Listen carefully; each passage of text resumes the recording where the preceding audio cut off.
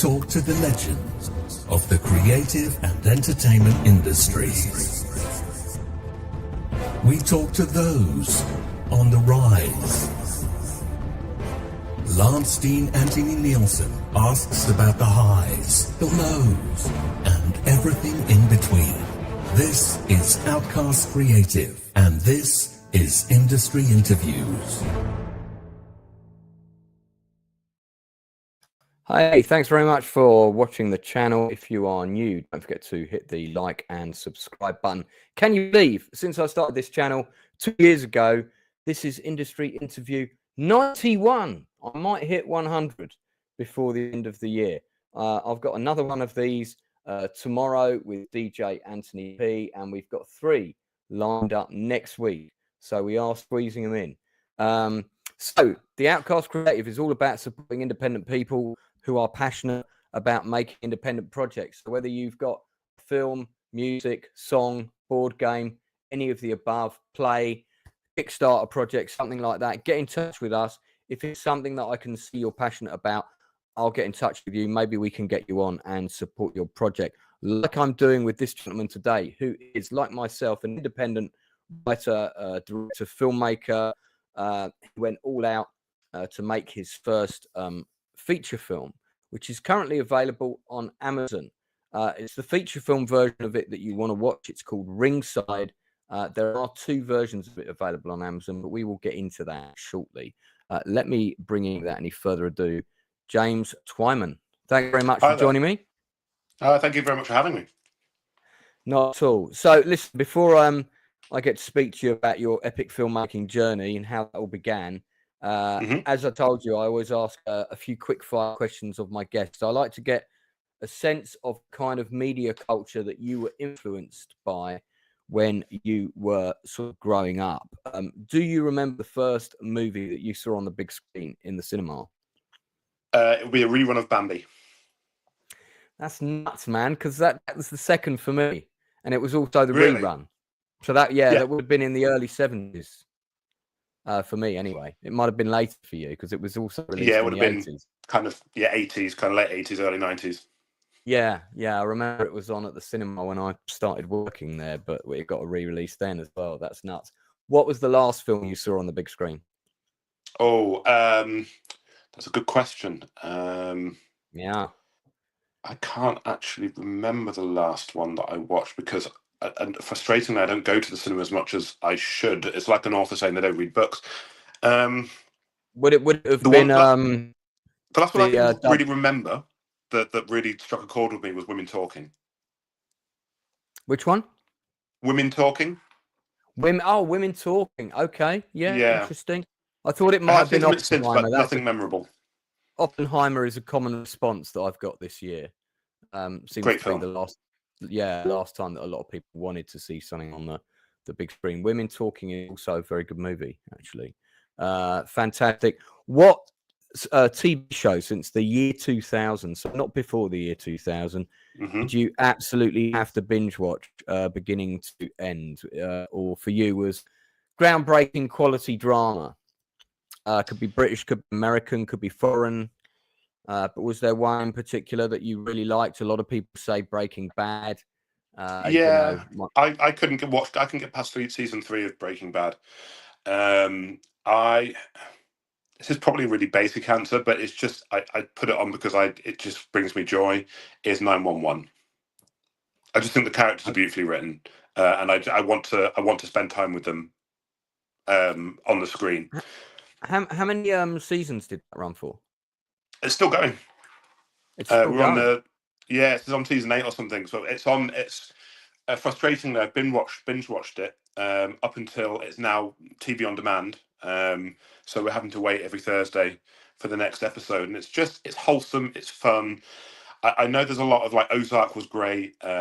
Breaking Bad was good until just to clarify, the reason I didn't watch anywhere past season 3 of Breaking Bad wasn't because I thought it was bad, because I thought it was actually so effective that when Walter White makes a particular choice in season 3, I was so not on board with it, I couldn't stand to look at him anymore.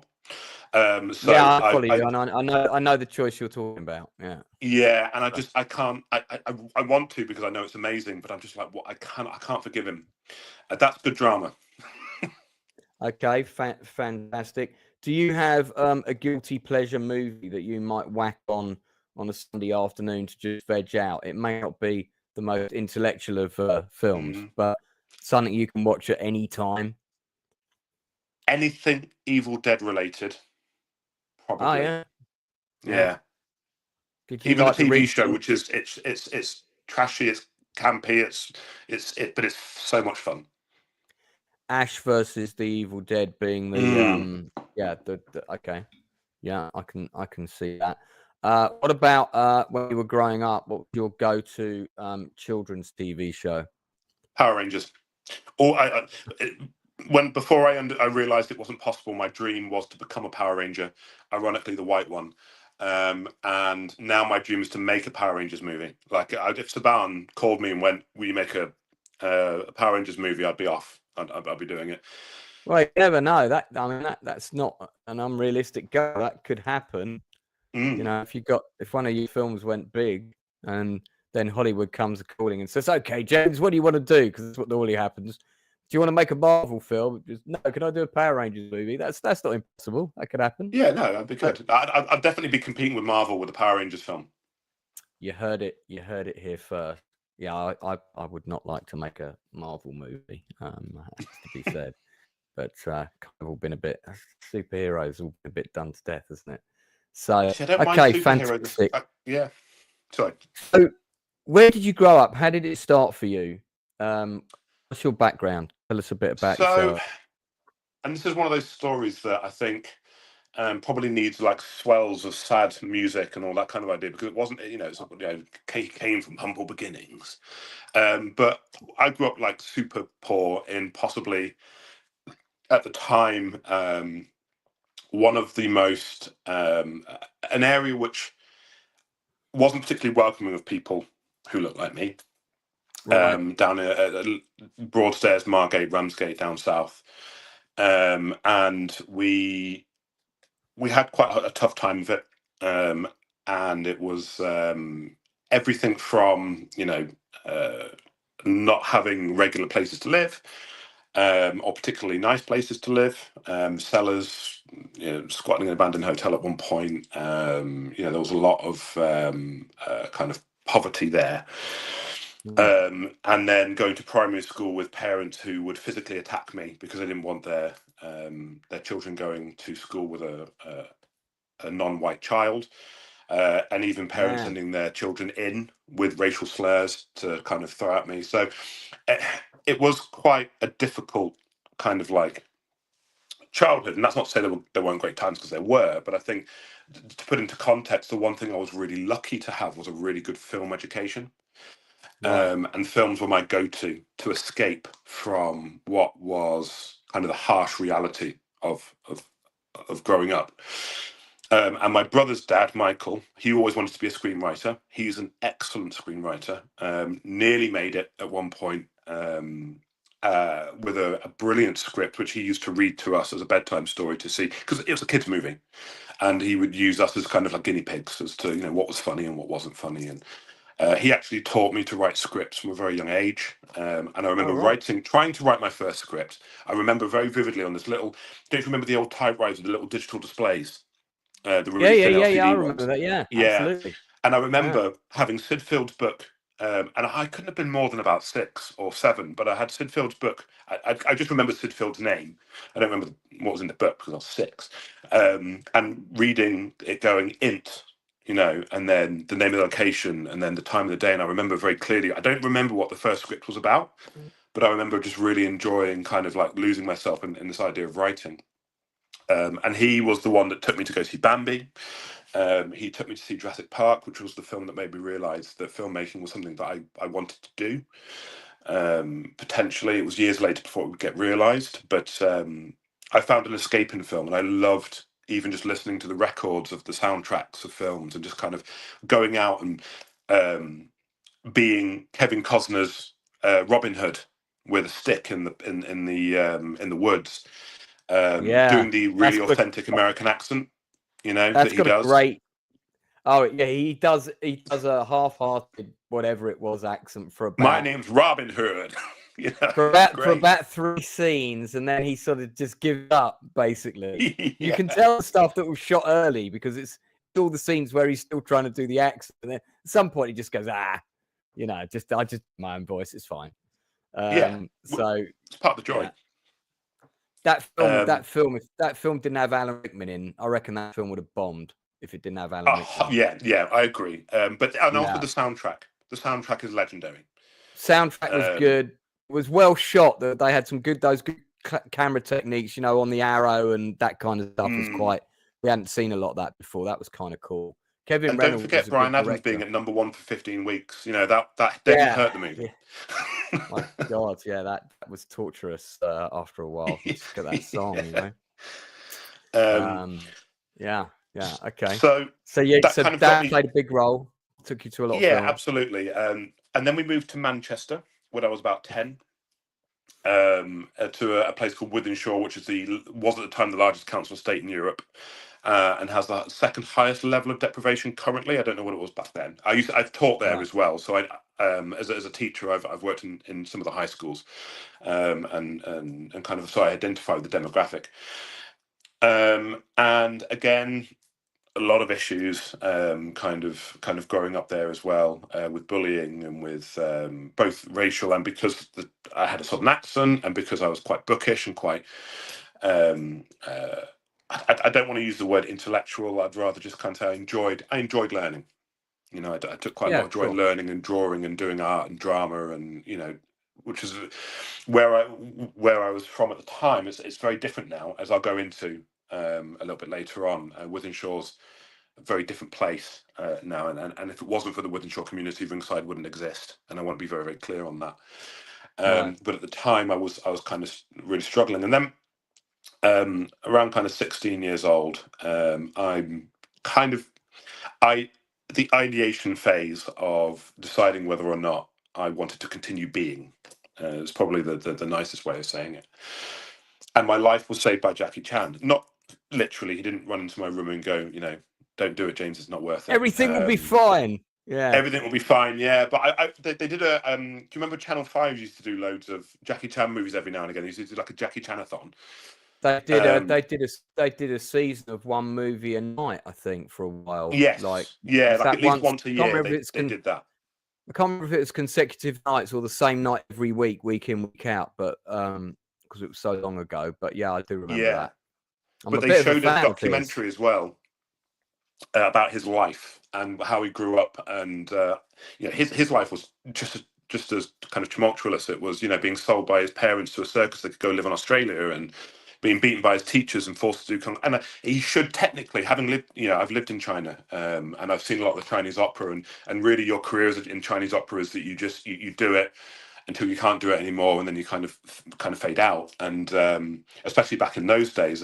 But for him to go from somebody who should really have just done that and kind of faded into obscurity to being somebody who, even if you don't like his movies, you know exactly who he is. And I remember thinking to myself, I remembered thinking I want to make films. I'd lost that somewhere along the lines, and I thought, well, actually, let's go into that. Let's see if I can be. Essentially, what I wanted to do was become Blackie Chan. I moved to China for a year, learned kung fu in a temple, like the whole shebang. And I wanted to make martial. Yeah, I wanted to make martial arts movies. Have you got? You haven't got a picture of you in a temple in China. We can show people. I'll try and find it. There's a couple on of very young me doing sword work, Chinese longsword in the woods in China. I'll have a quick look so I can see one. Yeah, it's on my Facebook. If you scroll right down, there's actually a folder that's called China. All right. So 16 years old, I've decided to myself, if I'm going to continue, it's going to be that I'll be a filmmaker. Problem that we had was I didn't have a camera, and we couldn't afford a camera. So I walked around Wythenshawe knocking on doors, which is in a council estate of any description, quite a dangerous thing to do, hoping that somebody would lend me a camera. And this old guy, I don't remember his name because I was 16 and I was focused on the filmmaking. And you don't remember details like that when you're 16 years old and focused on something. He lent me his camera, and it was a little high 8. Do you remember the little high 8 home video camera? I know Yeah, loads of friends that shot films on those back in the day. yeah. Yeah. I'd go back and shoot a film on one, to be fair. I think it'd be really interesting knowing more about filmmaking now. Going back and shooting on an old high 8 camera would be quite fun. Post And he production would lent be a bit of a nightmare, but yeah, it would. you could do it. Yeah. You could. It's one of you could, but should you? And he lent me this camera, and I made this horrendous martial arts movie called Rumble in the College, which I now realise years later, the title Rumble in the College doesn't even sound like a martial arts movie. It sounds like something that belongs on a website that we shouldn't be talking about. Right. And it was very much about my anger, essentially, at not being able to fight back. And it's essentially about a guy who starts a new college, falls in love with a girl, but there's this racist gang, and he's got to, for some reason, got to fight the racist gang to get the girl. And I suppose, if more than anything, it was just like 16 years of just complete like frustration being kind of spilled out into this martial arts film, where we did some very stupid and dangerous stuff long before Jackass existed. Right. To try and get, but we didn't have the internet, so I had nobody to show it to, and I lost the film. Now it's gone. So I made a couple of movies, each one marginally less terrible than the last. I got into a film school but chose not to go because I wanted to go to the Shanghai School of Film while I was living out in China. I'd made that decision, but that never ended up happening. And I just ended up making. And I think it was about 5 years before I made a film that you could categorize as good. Right. It was a co-direction with a vastly more experienced filmmaker. It's called The Room, not the Tommy Wiseau movie. People ask me that all the time. Not the other one. Not the other one. No, it's quite a short film that we lit on DIY work lights from B&Q. And it's the first time I experimented with lighting and trying to get rim lights and trying to, create a look and color grading and all that kind of idea. And yeah, so that was kind of the early journey. It was just kind of like the school of life and then the school of film life. And that school has continued. And now I'm very, very hard on myself because film saved my life. I will not allow at this point something that I wouldn't look at as an audience member and go, that is of real quality, and that is a story that's worth watching. There's so many things that I've made that nobody's ever seen. Because I have this kind of ravenous requirement for quality, and the quality comes from the storytelling. It doesn't necessarily come from the camera or come from the light. It comes from, am I telling a story that kind of I connect with, and that an audience might be able to connect with. So that's kind of where that kind of comes from. So so you are a true independent. You're very much like me. You went and got whatever resources you could. Mm-hmm. You got some people together, you made projects, you learned from some mistakes, presumably on the first one. You went and got some resources, you did it again, made it slightly better. Repeat. Yeah. That's pretty much rinse and repeat. And I think what's interesting is the director that I started off at, which was a very shouty kind of like, I'm the director, this is my movie, this is my vision, which is kind of where I started, because there was a desperation there of like, this is so vastly important, because to the point where, and it's only been quite recently that I've kind of gotten rid of the anxiety element of it, although I stopped being the angry director kind of years and years and years and years ago. For me, every project was like my life depended on it. Whereas now, I just love it, and I've managed to get rid of a lot of that and kind of anxiety that was part of me before. I think the less as a director, I think the less you say to the actors on set, the better. Do all the prep before you get there, and on the day, just unless they're doing something you really don't like, just say more of the same, please. Let's go for another take. I just try and rein all that in. I really enjoy pretending like first of all, I'm pretending like I'm not watching my actors, and do my best not to crowd them. And I'll say to them, right, okay, guys, I'm just going to set up the lights, speak to the DOP if there's another DOP. You guys just run lines. Just make sure you've got them fresh in your head, because what I know will happen inevitably is they'll run lines because they know them, because they're professional, but they'll start to play. And then I'll come in and I'll watch, and I'll say, okay, well, show me what you got. When I give direction, it's not do it like this or do it like this. It's, it feels like the character would be a little more frustrated, because obviously this has happened before, and if this doesn't work, then this is going to happen to them. And then the actor will go, okay, yeah, no, I get where you're going from that, but they're still in control of the performance. They're still making decisions. It's very, very rare, if ever, will I say, I want you to stand here and deliver a line like this, because as somebody, I have done acting before, and it's really frustrating. But also, if I've employed somebody to act, it's because I've had those discussions with them and I trust them emphatically. And by micromanaging them. What do you look for when you do a casting? I mean, most independent filmmakers don't use a casting director because they can't afford one. I'm quite lucky in the sense that I grew up with somebody in my filmmaking career who is now a casting director, so she's always involved to some degree, Sharon Sorrentino. But what is your casting process? I don't mean when you started out, because that really kind of who's available and who's willing, rather than getting the most talented person. It's just whatever resources I can get, and then if you get some people that are good at acting, it's kind of a luck of the draw. But now, so let's take Ringside, for example, which we'll get onto in a minute. Was there an audition process for that, and if so, how did that work?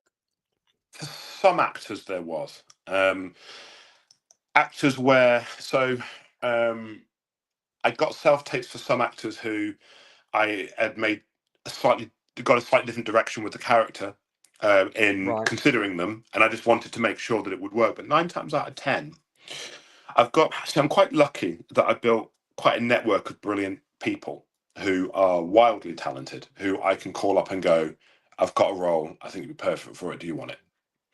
Right. But also,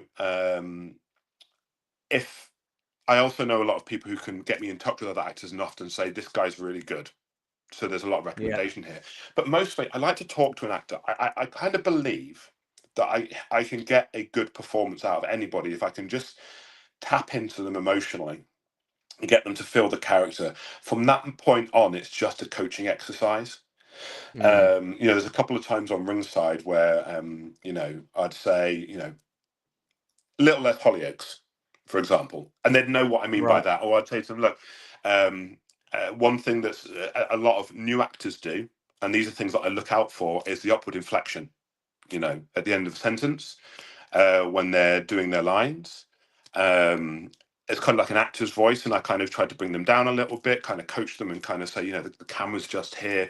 You could be whispering to this person. We're going to pick up everything. So just feel it, and you bring them into that space. And 9 times out of 10, even a non-actor, which I quite like working with non-actors sometimes, will, once it's easy to coach somebody who already feels what it is that you want. So I like to have a conversation, have a coffee, get to know what makes them tick. I remember watching a Steven Spielberg interview years ago, and it really stuck with me. And he talked about how his actors, he liked to bake with them, because it removed the director-actor relationship and just allowed you to get to know them as a human being. Sure. I mean, that is all good, but obviously, when you meet someone for the first time, you can't say let's go baking. Absolutely not. No, I'll have phone calls in to read a scene. So most directors have got a core of people they'll go to and say, I've got a part. Are you available? Let's focus on let's say you've got 4 roles to cast that you haven't got the people for. They're just not available on that occasion. You've got to find 4 new people. What do you do? Do you ads on Mandy, or where do you advertise? Star Now, acting groups. I put it out there, and I will do self-tapes. I'm not a fan of them. That's the thing with self-tapes, is I'm not a fan of them. Well, they don't. It's good to meet people in person. I would absolutely agree with that. It's But good to meet obviously, people in knowing person. what it's like being an indie, sometimes you don't have an office or anywhere that you can do that. So I remember one time, one of my favourite things I did actually, I just remembered for a film that I made called Invasion Earth, which is also on Amazon Prime. It's not a great movie, but I learnt a lot on it. Is I did workshop auditions and I loved it Yeah, because I've done those. They're good. yeah, and there's something really nice about just working with a group and kind of getting a group of people who um, you you think fit roles, putting them into groups, and getting them Yeah, to work and seeing how they work together and seeing how they bounce yeah, off of each other and seeing if that relationship is there. And going around and watching, because even if, let's say, for example, they do the performance, and we did have this. So I had this one guy in a group who didn't get the memo, and he I put this in this group and said, okay, you guys are sat around a campfire. It's really, really dark, and you've heard something that isn't normal. And I just want you to just see what your characters do with this. Um, and this one guy went, isn't it amazing? Oh, yeah, there it is, Invasion Earth. Oh, yeah. isn't it amazing that we're around this campfire? Oh my goodness, what is this noise? And it was a really difficult thing to watch. And I could see the other actors, two of which got roles, thinking, that's it. This guy's blown it for me. But because I had walked around and watched them acting in the rehearsals and watched them interacting with one another, I'd already got a sense for the fact that I really wanted to work with these people. So it Right. didn't affect my decision making because I took them to one side. Okay, well, let's do something else just so you can get a feel for the roles. But I'd already made the decision at that point. So if I could choose my way to cast, I'd just like to get a group of actors in a room and workshop and kind of see how they work. But I suppose the problem when you're an indie is that you get such an influx sometimes of actors. It would be great to have a casting director who could just whittle that down for me so that I know the people Yeah, that are in yeah. that room are the people that we know. The only thing that's going to be different, the difference between two different actors for one role, will be I just kind of preferred what this actor did with it, if that makes sense. I mean, yeah, no, totally. The other thing, of course, is that a casting director can put people in front of you that you haven't thought of or weren't on your radar, but are on their radar. Absolutely, So, I absolutely, mean, yeah. that you know, that's one of the things I found great working with Sharon is we'll both have lists and we'll put them together, and she's also very good at making sure I'm not just giving someone a part because they're a mate. They've got to earn it, kind of thing. So. 100%. Because so many of my friends are actors, it just happens. That's just part of the. If you've been living that life, that's just one of the things that happens. Yes. So, what have you directed? So technically, 3. One of which was unreleased. One of which is Invasion Earth, and one of which is Ringside. Right. So, yeah, I mean, it's not unusual to end up with a film that for whatever reason doesn't get released. I mean, it's happened to me on 2 occasions. So on Ringside, talk us through the process a little bit. You wrote and directed it. So you wrote the script. Let's start with the script. How did the script come about, and how long did it take you to write the first draft?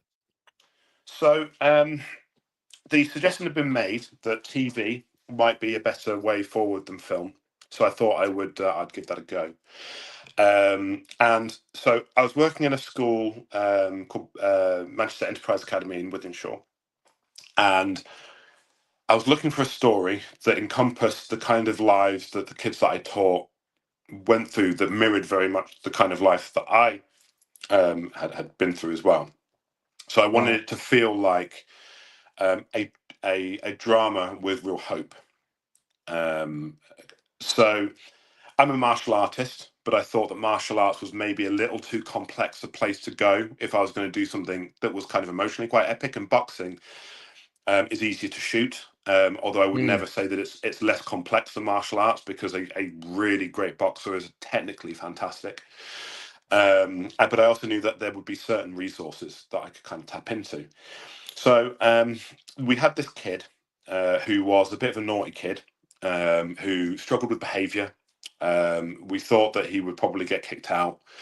And then kind of a year goes by. I haven't heard anything from this kid since. And I'm in the basketball court supervising, just on duty, and the ball comes towards me, and this young man walks with, "Oh, excuse me, sir, do you mind passing me the ball? Thank you so much." And he was really polite. I was like, "Oh, wow, you're a really polite young man. Are you new?" And he went, "No, sir, it's me." And he told me his name, and I was like, "Wow, this is a really interesting turnaround." I said, "Do you mind me asking how you've kind of developed yourself in this way?" And he said, "Boxing. I went to Jimmy Egan's gym." Jimmy Egan's gym is the same gym that trained Tyson Fury. Right. And that was the story. Straight away, I went, that is the story. It's the story of how grassroots sports can take young people who have had oftentimes the most horrific backgrounds, multiple ACEs, we call them in the education industry, or adverse childhood experiences. We know that having two or more for a young person can lead to mental health problems, crime, and various other scenarios. I myself have around 7 of them from my childhood. And I was like, well, that doesn't have to be the way. And people like me who, and people like this young man, and other students that I've taught, who other teachers have said, "You're going to grow up and be nothing," who have just needed that push and that nurture, which is my specialism in teaching, and gone on to do amazing things. And that's the story that I want to tell. And boxing is something that, like martial arts, instills discipline and passion, and allows you to learn so much more about yourself. It's more than about the punching and the kicking and that kind of idea. So there it is, Jimmy Egan's gym. It's still going. It is still going. Yeah, there. they're going to be going for one of my. I'd love Ringside to make enough money that I could donate to them, because the way they supported this film was just Steve and Sean Egan, the current proprietors, are the most wonderful human beings you'll ever meet, and they will nurture and help anybody. So I know you shot part of the movie there, I think. Yeah. They were really integral to it. They let me film there for free for about 2 weeks. I know you had, because I know there was a drone shot of this place in the movie. I recognise it straight away. You had a drone shot of it, didn't you? Yeah. And they just championed it. They also allowed me to do the big boxing scene, which I'll go on to later, because that's a really interesting piece of production. So I wrote these 6 scripts, 22 pages each, for that kind of half an hour format. And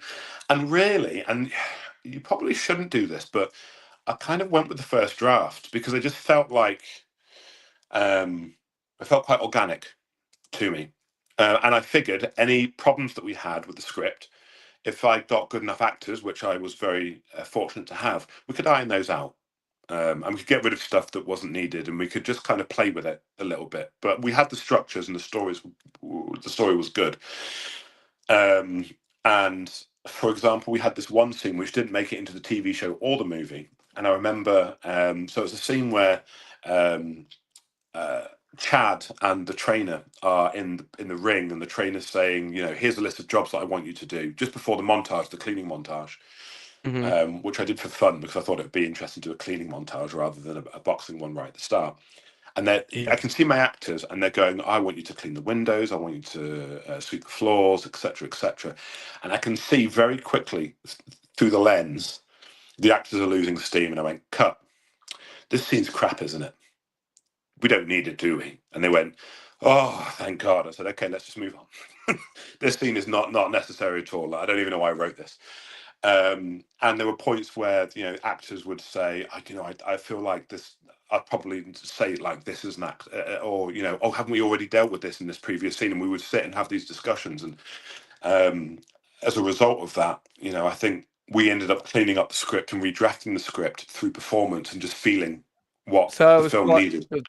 the final script was quite a collaboration in a sense between you and the cast, because they were finding their way with the characters, and you were open to them bringing things to the table and saying, actually, I probably would say this line like this and so on, which I think is a Yeah. good way to be. Even like my fiance Jenny, she suggested what ended up being my favorite scene in the film, which is the scene where he goes back and apologizes to one of the characters for something horrific that he did to her. And that wasn't in the original film, and the ending was too fast paced, and Jenny saw the cut and she went, I think I know what you need. You need to see, he needs to atone for what he did to this character at the beginning. Otherwise, everything that he's doing doesn't mean anything, because he's not owning his mistakes fully, because there are other people that he's hurt. Yeah, she was right about that, actually. Good shout.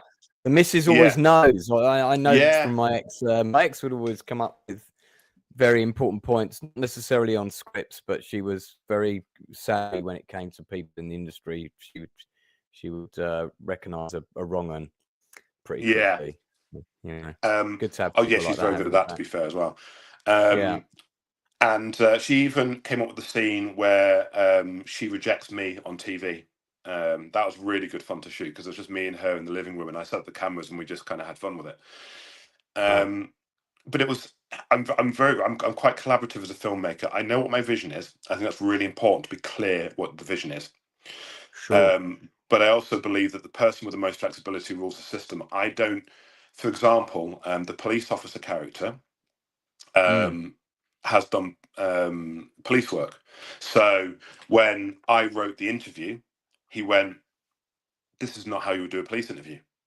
Yeah, do you know what? I could tell that about that dialogue. I thought there's definitely been a consultation with a police officer who either had an input on this dialogue or has said something, because it had that very natural police flow, that scene when he's being questioned. I know exactly what you're talking about.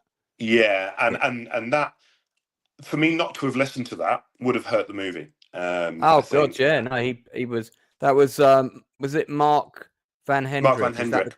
Yeah, he was good in that part, and I liked him. Yeah, he lent, his knowledge to it, and just the way he presented himself. You believe that is who he is. Kennedy Atkins, who played Harriet, she is a very talented boxer. Yeah, she's a stunt woman and a stilt walker and does all kinds of things. I think that's Lauren. Harriet is the young girl. Oh, sorry. Yeah, I'm thinking of Lauren Bracken, aren't I? Yeah. Although she's done kickboxing and whatnot as well. So she brought a great physicality to the character as well. But like Harriet, at one point, I remember I said to her, because all the way through the movie, what's the best way to kind of say this? I don't like to represent characters in a stereotypical way where I can. So with her, the whole way through the movie, she's got no makeup on. She's in her training gear, and I said to her, for the final fight, you're in his corner. Do you want to kind of wear any makeup or wear a dress or anything like that? And she looked at me. She basically went, "Fuck off, James. I'm in the corner. That wouldn't happen." And I went, "You're right. I don't even know why I suggested it. I was just really worried." That I get why you asked, but and it's like, because I as I was asking the question, I knew that wasn't something that the film needed, and so I think she plays such a wonderfully strong character. If I ever did a sequel to Ringside, she would be the title character. I've got a story for it already. I just need to know. The cast of unknown actors, I said to you before we came on, I was quite impressed with I've seen a lot of low budget independent films, and the quality of the acting is always a mixed bag, but I have to say that the majority of your cast I felt were pretty strong. So you got quite lucky in the sense that you got a big group of unknown people who've got quite a rich bag of talent between them, and I take my hat off. I thought your lead actor was particularly strong, considering he had to carry the film, you know, and that's not easy for someone to do who's basically a known name. And he's he is got he's a leading man, definitely a leading man. Oh yeah, no, I mean he did it, but you know, you cast a guy who's got hair like a hobbit, so it's like, you know, you've got, and that's the first thing I thought of when I saw him on the screen. Is like, this guy looks like one of the hobbits from Lord of the Rings. Is this the lead? But he earned it. He totally earns it. He totally earns that role. He you know, once I sort of, the scenes with him and his mum, man, were, I put this picture up deliberately, were soul destroying. They were soul destroying. The actress who played the mother, God, she was horrible, and sitting there munching her treats and chocolate and all the rest of it, and sending him off to the shop to buy more chocolate. And we'll go down a whole rabbit hole if I ask you who that character was based on. I want to stick more to production stuff. How many days did you have to shoot this movie, and was it in one block, or just talk me through that quickly? There's about 4 legs over 6 months. Wow. Yeah, I don't even know how I managed to keep continuity going. Like, there's one. You did a good job, actually. I would say that you were quite lucky there.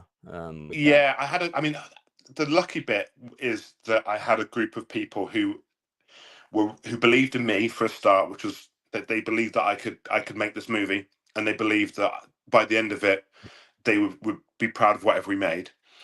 And they were dedicated, really, really dedicated to wanting to make the film the best that it could be. So when you say lucky, it's a kind of luck which transcends that. I'm lucky that this group of people came around. I'm lucky that those group of talented people were so passionate about the story that I wanted to tell, and trusted me emphatically. I think this might be your mate this might be your mate in the chat that runs the iPhone Facebook group that you were telling me about, iPhone cinematography. We were talking about you before we came on the stream, and I did say to James, if you ever want to come on my channel and talk about that topic, mate, you'd be very welcome. I'll have you on another time. So get in touch with me via Facebook. James has got my details. So 4 blocks, roughly how many days of shooting in each block? 25. 25 days overall, or in each block? No, overall. Overall, I was going to say, Jesus Christ, not 25 in each block. That'd be 100 days. That would be ridiculous. Right, so 25 overall. 25 overall divided up into 4 blocks. Yeah. So roughly, so you're looking at roughly kind of around 5 to 6 days per block, I imagine. Yeah, because what we would do is, because I'm a teacher, half term would come along, so I'd shoot a block in half term, then have a 6 weeks pre-production period for the next block, and then it'd be like another holiday. So that's kind of how I worked it. What was the most challenging day of all? What presented you with the biggest challenges?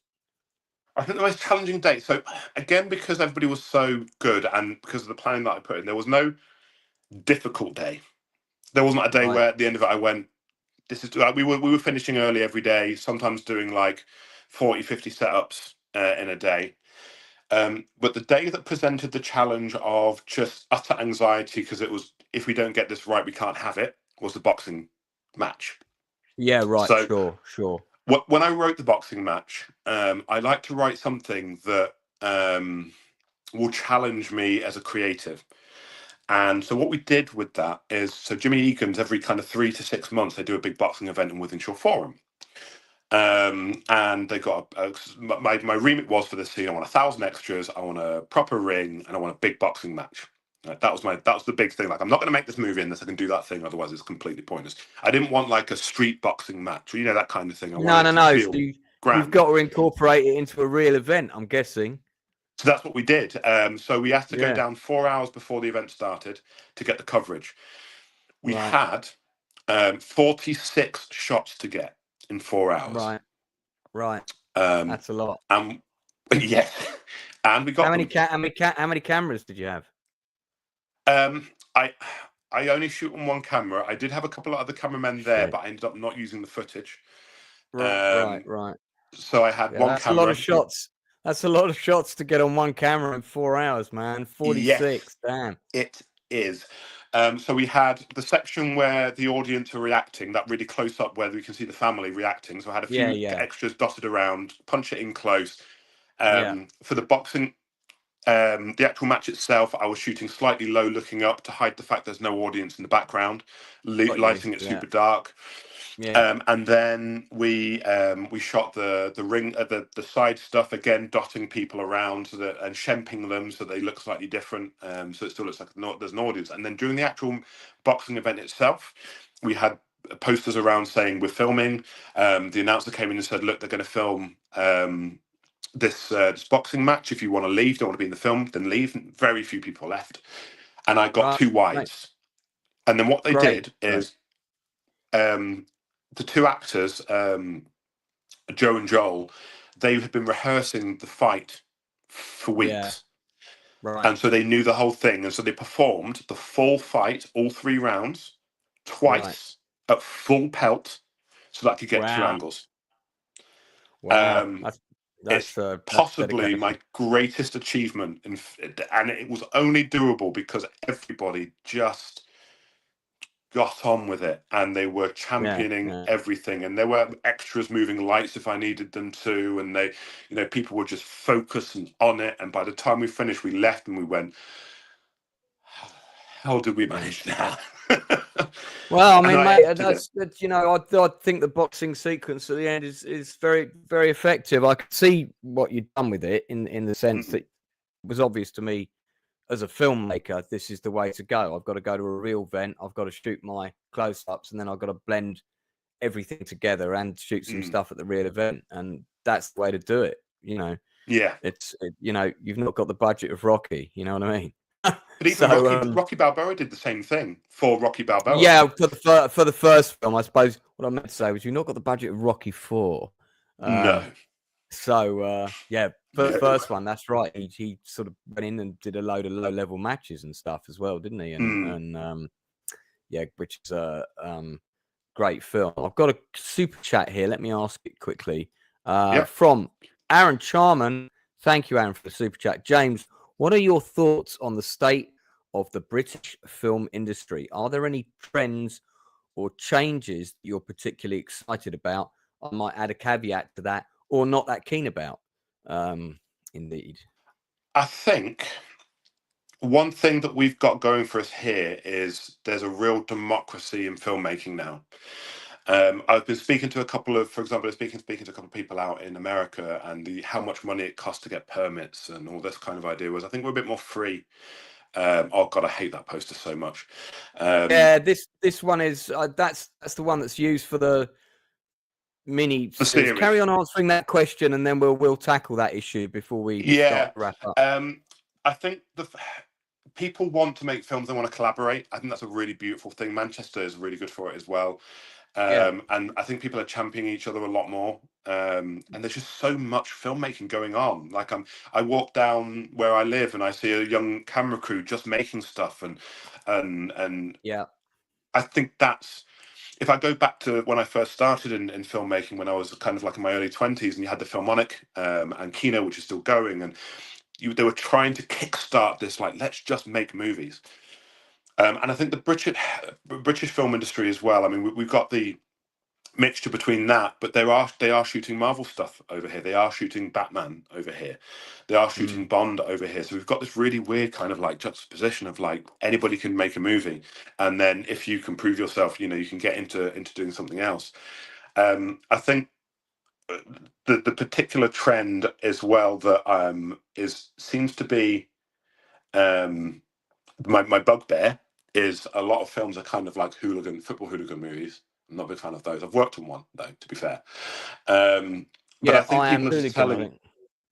Yeah, I Am Hooligan. Yeah, I was DOP on that one. I had great fun, and again, learnt loads from the director and the cast and the process. And I think the biggest thing for me is just people are going out and they're just making films. And Yeah. I don't think initially, because like I say, if you've looked at my first film, Rumble in the College, And I stood there and told you one day I'm going to be making a feature film that's going to be on Amazon Prime, and I'm going to be speaking to people in Hollywood, and you'd looked at me and gone, yeah, maybe try something different. But the quality isn't necessarily important at the beginning. It's the fact that people are just getting out there and they want to make stuff. Right. The quality comes through practice. So that's the thing that I'm loving most. I'm just seeing so many people going out making films. Unfortunately, I don't think we can track down Rumble in the College, so we'll just have to take your word. Listen, man, my first movie, you know, if I watched it now again, I would be wincing. And I mean, even my last one, I'd personally only give it 6 out of 10 because of all the various issues and changes I had to make. But when you don't have money to solve things, you know how it goes. Yeah. So people are going to want to. I'm hoping. Just put my charger in. Yeah, that's a good idea. You don't want the phone to die. No. I'm hoping that people will find this film on Amazon, and it is a bit of it's a bit of a, you know, you've got to search for it. Like I put in Ring, and even then it didn't come up. And it wasn't until I put Ring with an S at the end of it, then it finally came up in the menu, SI, I think even. And what's going to confuse people is that there are 2 versions of it on Amazon, and the version that you want to watch for those people watching and is the preferred version of the creator is this version with this poster, which is the feature film version. Mm-hmm. Now, there's also a version, it's basically the same film, but it's broken down into episodes like a mini series. Do you want to just explain how it's quite an unusual situation to end up with 2 versions of the same thing on the same streaming service, but two different versions. And obviously you want people to watch the film, not the mini series. How did that come about, and why should people watch one and not the other, and so on? Yeah, so the TV show I'm in the process of having taken down, it shouldn't be there. Right. It had been taken down, but I think there's a glitch. Once we uploaded the feature film version, there's some kind of glitch, and Amazon are working on it at the moment. That ignore it; it will be coming down. So it was originally with another distributor. Reasons we just weren't clicking, and we decided to part ways. And it was suggested. Actually by somebody involved in that, because like I said, I don't feel there's any bitterness there necessarily. It just didn't work out. And said, well, maybe if you recut it as a film, you've got a chance of getting it back out there, because it might not get back out there as a show again. So I recut it as a film. I took out a bunch of stuff I didn't like that had to stay in the TV show because it had to make that 22-minute runtime. I ended up removing about 20 minutes of the film, and I fell in love with the film version. And it was like, God, this is the version that I wanted, because it was tighter, it was slicker. There were repeated moments that I had to put in because otherwise it wouldn't have made the runtime. There's a whole scene in it that I got rid of that I thought was really clever and funny, and it turns out that it wasn't, and that was entirely on me as a director and a writer. And by allowing myself to take a couple of lines of dialogue off here and a few frames off there, and remove that scene that wasn't really working, it kind of brought it in and made it 2 hours that I think really work. But the reason I think that it works is because it was originally a TV show. Because in a TV show, you know, you've got 10 minutes, then something's got to happen so that people will keep on watching after the break, and then you get to the end of the episode, it's a cliffhanger that gets them watching the next episode. So it had this structure of like every 11 minutes or so, something big was happening in the film, in the TV show. Right. And that translated really well to the film, because I don't think anybody, maybe one person has said to me they thought it was too long. Everybody was like, I can't believe that's 2 hours long. It didn't feel like 2 hours long. No, it's definitely got a good pace to it. There's always something happening. You know, okay, there's some established shots and whatnot, but yeah, no, it's got a good pace. It's got a good energy, and I think people that, especially, you know, north of Watford. Well, I don't just want to say north of Watford, but anyone who's grown up in a working class council estate will definitely relate to some of the dilemmas in this movie. You know, you get chucked out of school, you've not got any qualifications. what you end up doing. You're either going to go into crime, or if you're lucky, you might get taken under the wing of some kind of mentor. Because there were things about this film, I don't know if you've seen it, but there were things about your movie that reminded me of Shane Meadows' 24/7 with Bob Hoskins. Did you ever see that film? I've not seen that one, actually. I will have to check that one out. That was I love Shane Meadows' stuff. Shane's sort of that was Shane's second movie after Small Time, and it was the first one that premiered of his at, I think, the London Film Festival. And it's all in black and white, and it's basically about Bob Hoskins taking a load of local kids that have got a bad reputation and teaching them to box, you know. And black and white was a consideration for me for Ringside, actually. One of my favorite films is Rumblefish, and I loved the black and white on that, but it unfortunately wouldn't have done very well. I don't think it would have been picked up. But talking about the relatability, and specifically looking at kind of like north of Watford, what I found with the film, which is really interesting. So Angry Troll, who were the sales agent on the film, who got it distributed through Indy Rights, they loved the film, and they actually flew me to Oklahoma to premiere the film. Oh, really? Out there, and it was an incredible week. Me and Rich, who plays Miki, the villain, went out. And represented the film, and we had a week of being treated like kings. It was just it was wonderful fun. And Matt and Tisha, who hosted us, were just incredible. And they showed the film at a cinema, and I shed a tear. I'm not going to lie, because I've been dreaming of seeing one of my films in an actual cinema screen since I was 16 years old. And despite being shot on a camera the size of a Robina carton, it looked incredible up there on the big screen, and people there were saying, I recognize this character, I recognize this world that they live in, because even though it's set in England, these social economic issues happen in they're so many countries. They're international. Absolutely.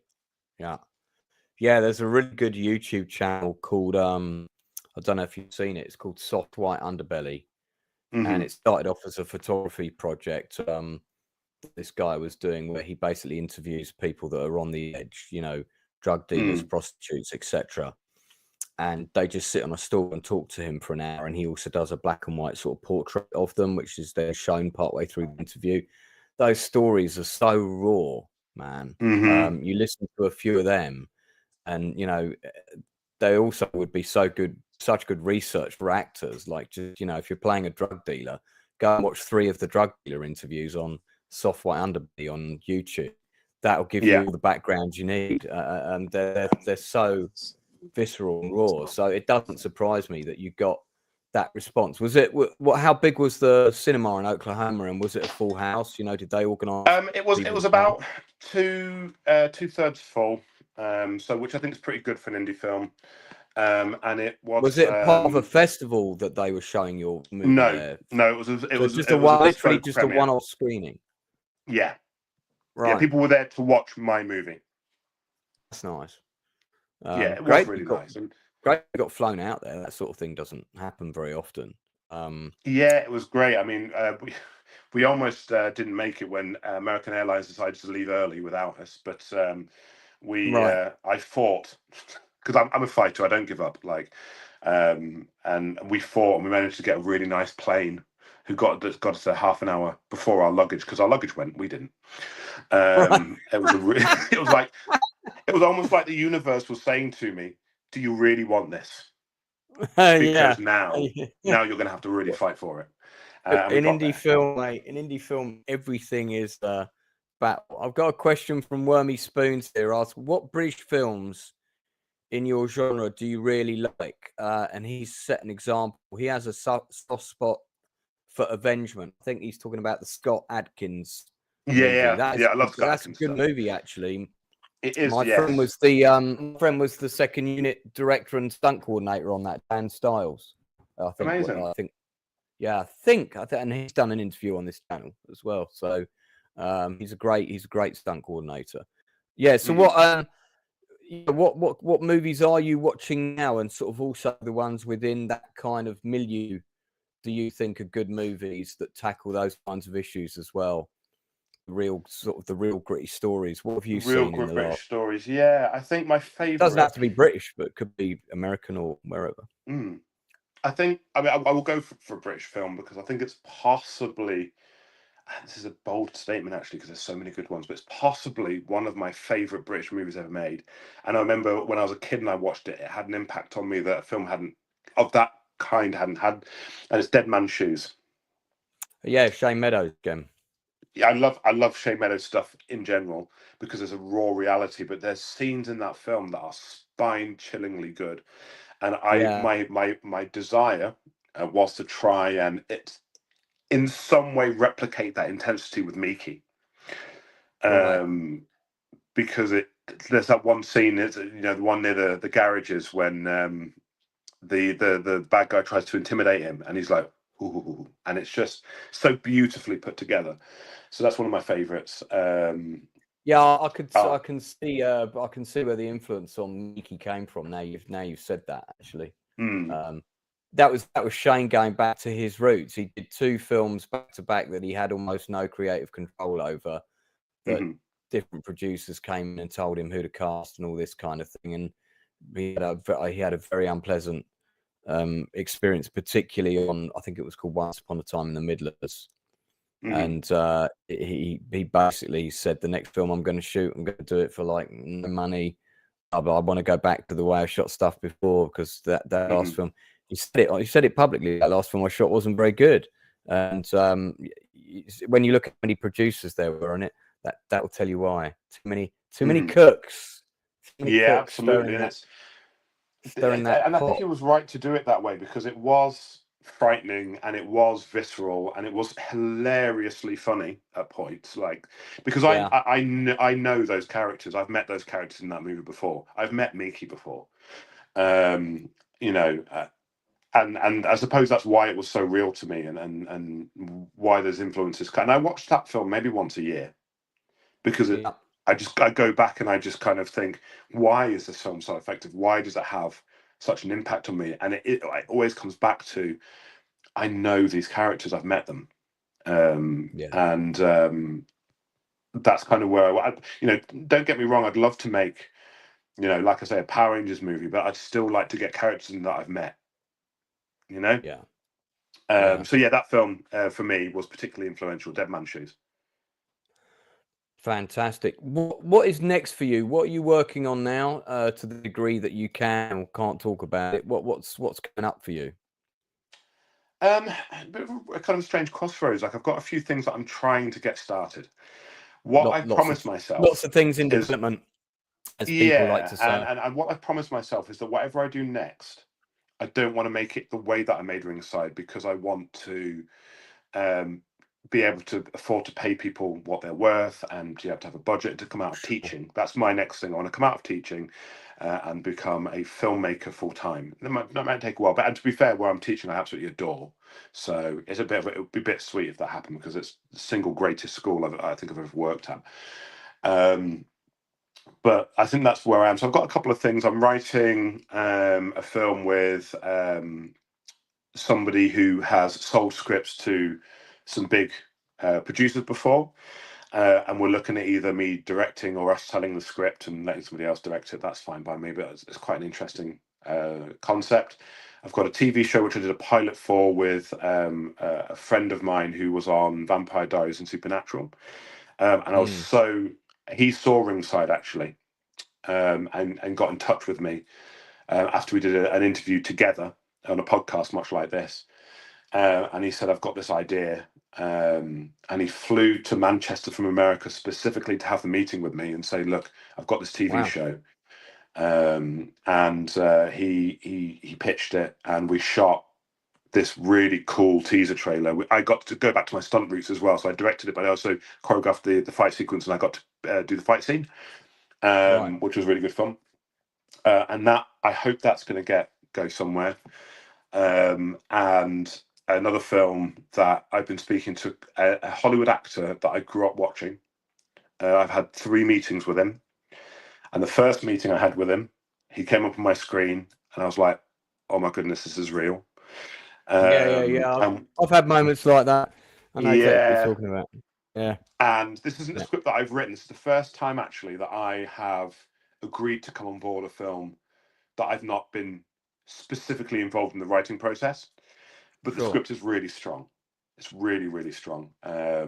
It's written So by quite a lady called Amira, and she has written this really beautiful, visceral, heartfelt almost like a gangland drama set in America, with characters that I really, really enjoy. Most specifically, and this is one of those phrases that I don't like to say because I think that it really be a phrase. But you know, people say I really like strong female characters. Well, I just love strong characters, and these characters are strong, and they are female characters. And I think that's the way to kind of look at it. These are just characters that are great, but there's an emotional strength about the characters that she's written that I don't think that Hollywood is getting right in the way that they portray women in. yeah. There's definitely a lot of subpar writing going on from in the last well, one of the litmus few tests, years. isn't it, that like I can't remember the name of the test, but there's a test which is like if two women speak about something that's not a man in one scene in a film, it's considered feminist. That doesn't make any sense. No, Like all of that stuff is rubbish. it's you know, I could go on for ages about representation, Yeah. both of women, but of people of color, of just the way that I think the representation is handled, and I like to represent my characters as the people that they are, with their flaws and their talents and their strengths and their weaknesses, and give them an emotional reality that an audience can get involved in, and have them, every single character, nobody serves another character's story, and in fact they're serving their own story, and those stories come together to create something bigger. And Well, I think Amira's written a film that does that, and I can't wait to direct it, and I really hope it comes off. So there's a couple of things in the works. Really, what I'm trying to do at the moment, I would like an agent. I don't know if there's any agents wouldn't we on all? the stream. Yeah, if there's any agents on the stream who need like a guy with a cool afro to be a director, then you know, I'm here. Because I just want to start making great projects and telling great stories with great people where we all just can be paid to do what it is that we do. That's the dream. I don't even need a Marvel budget, you know. No, that's a dream of mine. Well, look, we're pretty much out of time. So before I sum up, I've just got one quick. Give me a quick answer because we're already over. No, that's fine. I've got another 2 streams to do today. Oh, nice. So looking back on Ringside, let's take that as example. What is the? I mean, I'm sure you've learned loads of lessons as a filmmaker, because that's the thing, as a filmmaker, you never stop learning. It's an organic job, and you learn something new on every job. What was your biggest takeaway lesson on Ringside that you learned? Just give me one thing. I'm sure there were many, but give me one. Yeah, I think a personal one would be that when I set out to make Ringside, my mental health and self-esteem were really low, and I didn't believe that I could do it. Right. What I learned is that you don't necessarily need to believe in yourself. You just need to believe that it's worth doing passionately enough not to give up, and everything else will fall into place as you do so. And I think that my belief that it was worth doing then kind of that became self-belief organically. That became the self-belief, and as I was and now I can say I could make anything that I wanted to make. Like, I do have that self-belief now. You just need the right passionate group of people, and to believe that it's worth doing. Well, look, James, thanks very much for coming on. You're now officially a member of the Outcast Creative. So what that means is that you've been on my channel. When you've got another creative project and you're at a similar stage with it, you can give me a shout. And if I've got time to get you back on to plug that project, I'll have you come on. So, amazing. And I think, you know, this is how I believe independent creatives should support each other. When I became an independent filmmaker, there was a lot of people around me trying to make their own movies, and became very telescoped, and people were saying they were up for helping each other out, but not really. Yeah, I remember the days. It's, you know, you can tell a lot from if someone's got a professional Facebook page and all they do is post about their own stuff, but they never post about what anybody else is doing or say, hey, check this out, it's really good. You kind of know they're not really a collaborator. I post about other people's stuff all the time. So that's why this channel exists. We are here to collaborate with other passionate creators. If you've got something interesting for me, come and talk to me. You can get hold of me via my Twitter page, Lance Nielsen WD. There's also an Outcast Creative Facebook page. Coming up tomorrow at the same time, I've got DJ Anthony P from the house music scene. He's one of the co-founders of Rave Illusion.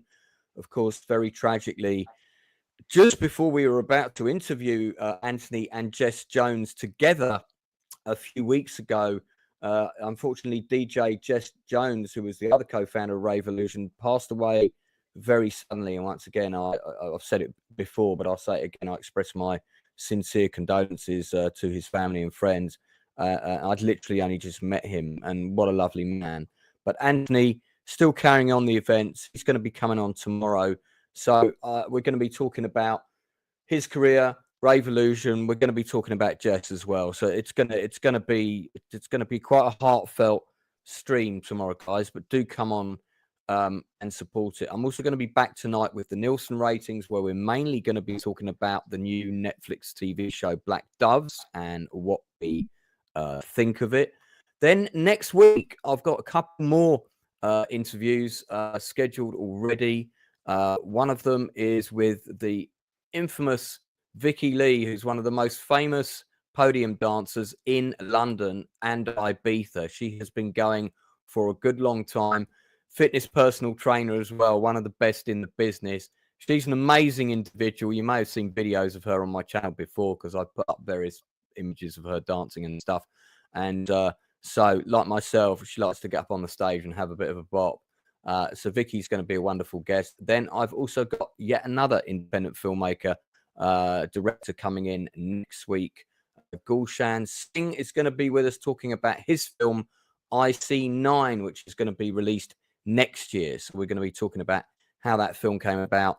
Also, one of my friends has worked on it as well. So personal connection there. So lots of interesting guests still to come. If you didn't catch it last night, I had a late, very late industry interview that literally fell into place at 11 o'clock. And that is one of the former members of the Electric Light Orchestra, Parthian Huxley, was on the channel last night. Most people wouldn't even know that interview took place. So do check it out. It's really good. He's got a new book out about his time with ELO Part 2 and the orchestra, which was the third incarnation of the band, both of which I've seen live, and they were amazing. So if you're new to the channel, there are some people in the chat that I haven't seen before. Thanks for coming in. iPhone, TV Theatre Go, I haven't seen you before. Thanks for coming in. Do like and subscribe. Check out the other content. This is interview 91. There are 90 other industry interviews. Some of them are people at the top of their game. We've had amazing British actors on, like Danny Webb, Jason Flemyng, Phil Davis has been on the channel. There's a whole load of amazing content. And you've got the director of Tremors has been on here. The director of City Slickers has been on here.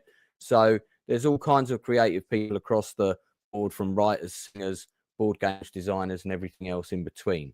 So that's it from me and James tonight. Just remains to say thank you, James, for coming in and giving up some of your time talking about the stories of getting Ringside made. I have watched the film. It is on Amazon.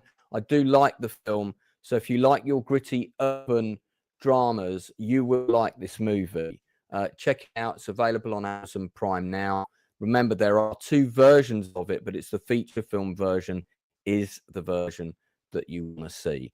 We've got to jet out of here now. I'm back live again in barely 40 minutes, where I'll be on with the usual team doing the Nielsen ratings. We're going to be talking about Black Doves. But until then, I'll catch you then. Bye.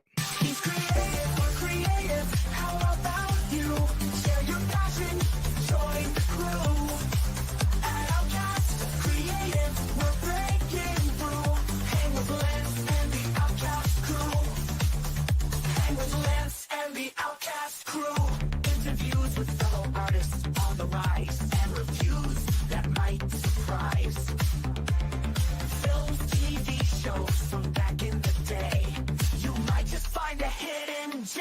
day.